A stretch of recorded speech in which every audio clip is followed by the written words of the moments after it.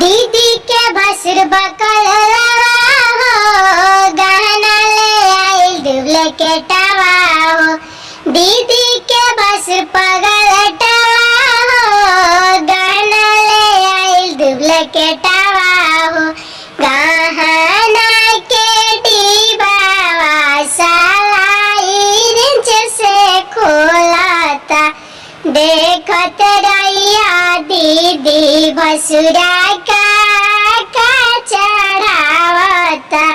देखत रहिया दीदी भसुरा का चढ़ावता। दीदी के भसुर पगलटवा हो, सड़िया ले आइल डुप्लीकेटवा हो। दीदी के भसुर पगलटवा हो, सड़िया ले आइल डुप्लीकेटवा हो। सड़िया के डिबावा सालाई रिंच से खोलाता, देखत रहिया दीदी भसुरा का चढ़ावता। देखत रहिया दीदी भसुरा का चढ़ावता।